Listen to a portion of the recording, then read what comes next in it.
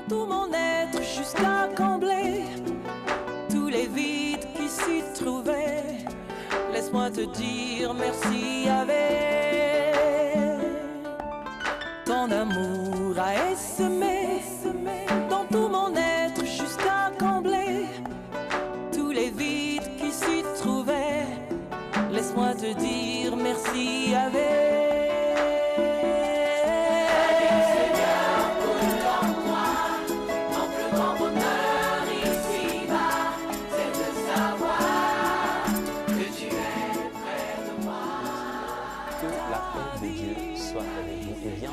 À cette émission, à ce moment de partage biblique, la manne qui vient du ciel, la parole de Jésus. Aujourd'hui, nous allons parler sur la puissance du sang de Jésus. Et je vous invite à prendre deux portions des Écritures et nous allons lire qu'une portion des deux. C'est donc le livre d'Hébreux, Hébreux 9, du verset 11 au verset 14 et Éphésiens 2, du verset 11 au verset 13. Je vais lire la première portion. Je lis au nom du Seigneur. Mais Christ est venu comme souverain sacrificateur des biens à venir et il a traversé le tabernacle plus grand et plus parfait, qui n'est pas construit de main d'homme, c'est-à-dire qui n'est pas de cette création. Il est entré une fois pour toutes dans le lieu très saint, non avec le sang des boucs, des veaux, mais avec son propre sang, ayant obtenu une rédemption éternelle. Car si le sang des taureaux et des boucs et la cendre d'une vache répandue sur ceux qui sont sués sanctifie et procure la pureté de la chair, combien plus le sang de Christ, alléluia, qui par un esprit éternel s'est offert lui-même son tâche à Dieu, purifiera-t-il votre conscience des œuvres mortes afin que vous serviez le Dieu vivant. Bien-aimés, que le Seigneur vous bénisse. Aujourd'hui, nous parlons de la puissance du sang de Jésus. Nous avons compris que dans l'ancien temps, lorsque une personne péchait, on sacrifiait un animal. On sacrifiait un animal et le sang était répandu, la cendre était répandue sur la personne pour que la personne soit purifiée, sa chair, qu'elle soit purifiée. Mais si cela procurait une purification, combien de fois plus forte raison, le sang de Jésus purifie notre être intérieur. Le sang de Jésus purifie notre vie de toute impureté. Que le nom de Jésus soit béni pour cela. Remarquez, le sang d'Abel n'a pas pu sauver l'homme. J'aime souvent citer Élie avec le prophète de Baal et d'Astarté. Ouais, il a laissé le temps aux prophètes de Baal et d'Astarté de pouvoir faire leur sacrifice avant midi. Car Élie ne pouvait pas faire le sacrifice avant midi. Il devait attendre le soir. Il ne devait pas faire à la première heure. Il devait attendre la 6e heure. Car Élie savait que le sacrifice du matin a été fait à l'aube de la création. Lorsque Dieu tua un animal pour couvrir la nudité de l'homme, il fallait un deuxième sacrifice, le sacrifice du soir, qui ôte le péché du monde. Car dans l'Ancien Testament, l'expiation, kafar, qui voulait tout simplement dire couvrir, mais qui ne ôtait pas. Il fallait un sacrifice du soir.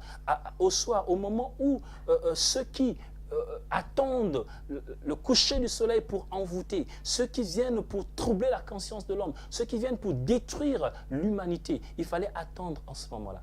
Ou le soir, quand Christ va à Golgotha, oh j'aime Golgotha, quand Christ va à Golgotha, il prend ton péché, il prend mon péché, il prend tes liens, il prend les liens de ta famille, il prend toutes les difficultés liées au spirituel et au physique. Il les emmène sur la croix de Golgotha. Il attire vers lui les dominations, les autorités, les puissances des ténèbres. Et en spectacle, il triomphe de ces puissances. En spectacle, car les ténèbres se sont approchées. Oui, le sacrifice du soir attire les ténèbres. Pas les ténèbres de Dieu, mais les ténèbres de Satan. Et là, Christ a réduit en silence la puissance de Satan. Et le sang de l'agneau qui a coulé ce jour-là sur la croix de Golgotha, c'est ce sang qui te procure à toi et moi liberté, qui te procure à toi et moi délivrance, qui te procure à toi et moi joie, qui te procure à toi et moi victoire dans les épreuves, victoire dans les rivalités. victoire dans toutes les circonstances, où même les hommes peuvent dire comment il fait pour s'en sortir. Comment il fait pour avoir un cœur pour résister à ces choses? C'est grâce à la puissance du sang de Jésus-Christ.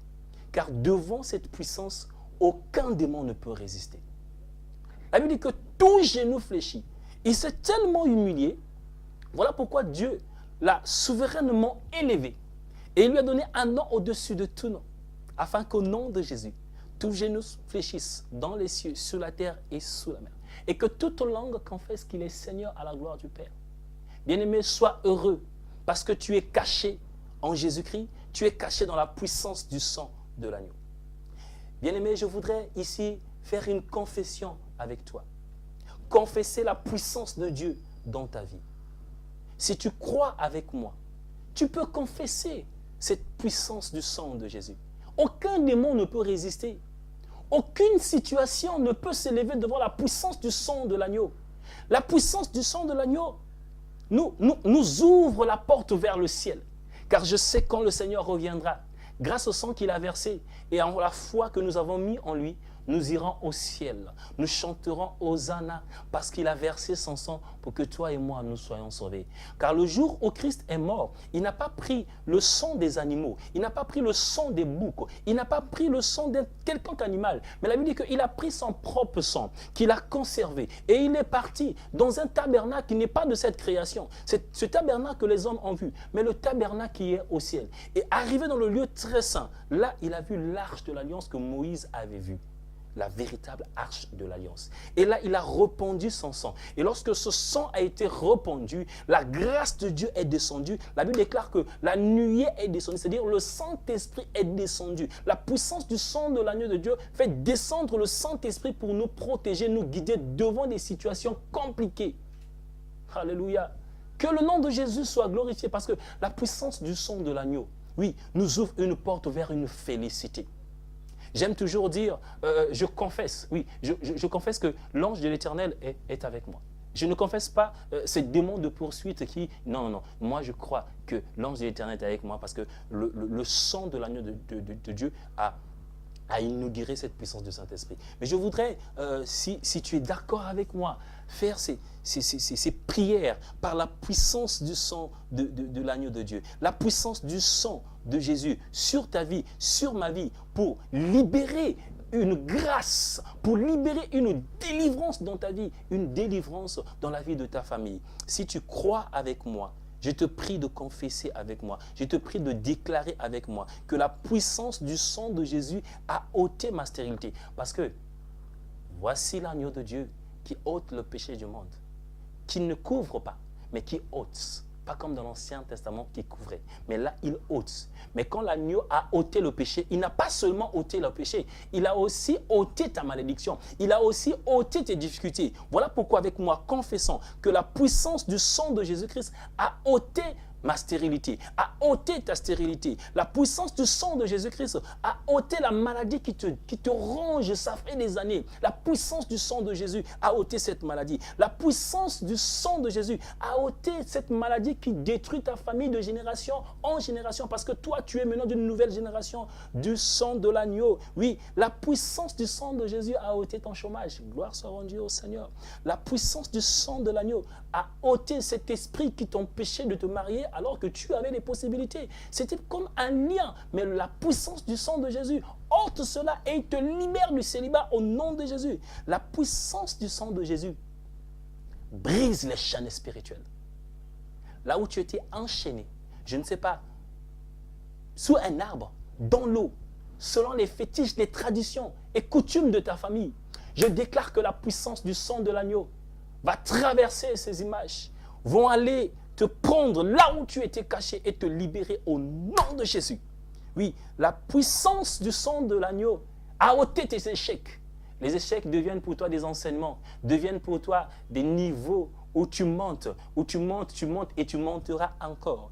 Car la puissance du sang de l'agneau a ôté tes peurs. Ne crains plus, n'aie pas peur, parce que la puissance du sang de l'agneau te dit, prends courage, je suis avec toi. La puissance du sang de l'agneau ôte le chagrin. Oh, tu es chagriné, ton cœur est blessé, Tu as été déçu. Quelle déception. Tu as été tourmenté. Mais l'agneau de Dieu console ton cœur là où tu es, au nom de Jésus. La puissance du sang de l'agneau essuie les larmes de tes yeux. Tu pleures. Que Jésus essuie les larmes de tes yeux. Que la puissance du sang de l'agneau essuie les larmes de tes yeux. Que la puissance du sang de l'agneau fasse revenir ton mari à la maison. Que la puissance du sang de l'agneau réactive l'amour dans le foyer. Que la puissance du sang de l'agneau guide tes enfants, protège tes enfants. Car toi, tu es une bénédiction qui donne une liberté à ceux qui sont sous toi, à ceux qui sont dans ta maison. Je dis Alléluia. Alors, si tu crois, je te prie de changer ta mentalité, de ne plus trop te plaindre, de ne plus te plaindre, de ne plus pleurer, parce que le sang de l'agneau a couvert tes péchés et le sang de l'agneau t'a délivré. N'aie pas peur des démons, n'aie pas peur des sorciers. Change la mentalité, parce que toi, tu es en Dieu. Tu es plus fort qu'un sorcier. Tu es plus élevé que les problèmes, parce que ton Dieu est plus grand que les situations que tu traverses. Que la puissance du sang de l'agneau te couvre. Que la paix de Dieu inonde ton cœur.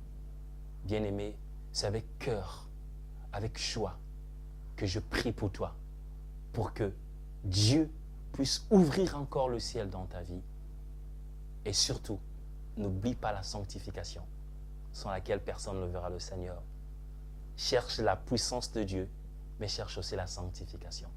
Alors soyez bénis là où vous êtes. Nous allons nous retrouver certainement un autre jour. Mais n'oubliez pas, la puissance du sang de l'agneau vous a délivré. Au nom de Jésus. Amen.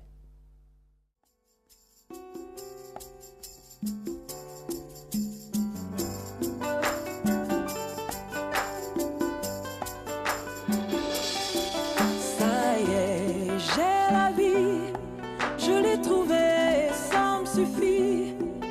Plus besoin d'aller voir ailleurs, car ailleurs y a pas meilleur. Ça y est.